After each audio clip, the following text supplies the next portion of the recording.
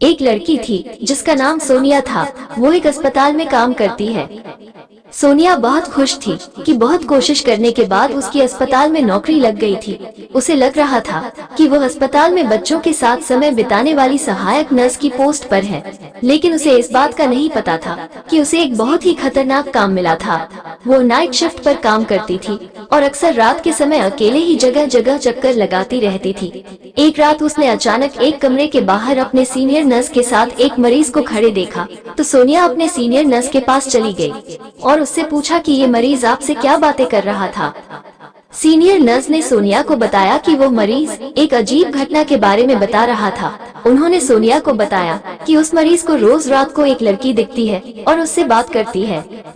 उस मरीज ने सीनियर नर्स से उस लड़की के बारे में बताते हुए कहा कि वो बहुत ही अजीब थी। उसकी आंखें जली हुई थी और उसके हाथ बहुत ही काले थे। सोनिया को इस बात को सुनकर बड़ा आश्चर्य हुआ और सोचा कि शायद यह मरीज पागल हो गया है या फिर उसे भ्रम हो रहा है।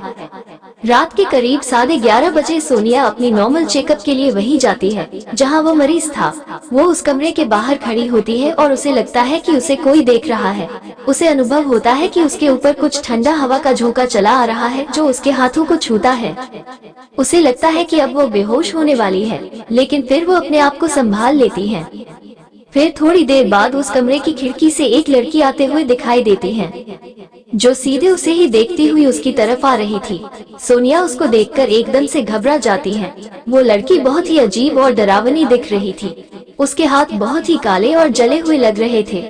उसके बाल एकदम सफेद थे और आंख आग की तरह जलती हुई दिखाई दे रही थी। उसका शरीर देखकर सोनिया के डर के मारे हालत खराब हो जाती है और वो उसे देखकर कांपने लगती है। वो मन ही मन में सोचती है कि आज तो मैं नहीं बचूंगी, ये चुड़ैल मुझे नहीं छोड़ेगी, अब ये मुझे जान से मार देगी।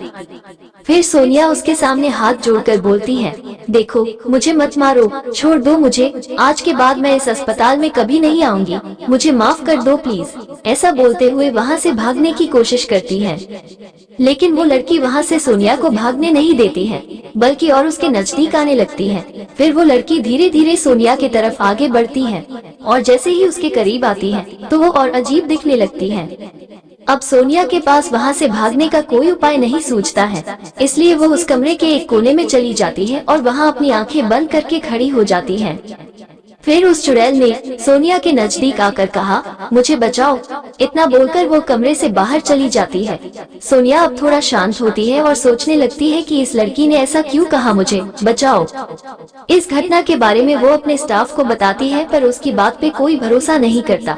अगले दिन वो लड़की फिर से सोनिया को दिखाई देती है और उससे बोलती है, मुझे बचाओ। इस पर सोनिया उस चुड़ैल से बोलती है, आखिर तुम्हें क्या परेशानी है, मुझे बताओ, मैं तुम्हारी मदद करूंगी। फिर वो भूतनी सोनिया से कहती है, कई साल पहले मैं भी इसी हॉस्पिटल में नर्स थी। एक रात मैं यहाँ सारे मरीजों को देखने के बाद मैं एक कमरे में आराम करने के लिए चली गई। मुझे पता नहीं चला कि कब मेरी आंख लग गई और मैं वहीं सो गई। कुछ ही देर में पता नहीं कैसे वहाँ आग लग गई और मैं वहीं जल के मर गई। हॉस्पिटल की बदनामी ना हो जाए इसलिए हॉस्पिटल वालों ने इस बात को बाहर फैलने नहीं दिया और मेरी लाश को हॉस्पिटल के पीछे ही दफन कर दिया। तब से मैं चुड़ैल बन के भटक रही हूँ, भटकती हुई आत्मा, मुझे मुक्ति नहीं मिल रही है। तुम मेरा क्रियाकर्म करवा दो ताकि मेरी आत्मा को मुक्ति मिल सके। इसके बाद सोनिया ने हॉस्पिटल वालों को ये सारी बात बताई। तब जाके हॉस्पिटल वाले उस लड़की की लाश के बचे हुए अवशेष को वहाँ से निकाला और विधि विधान से उसका क्रियाकर्म करवाया। इसके बाद से ना ही सोनिया को और ना ही उस हॉस्पिटल में किसी को भी वो लड़की दिखाई दी।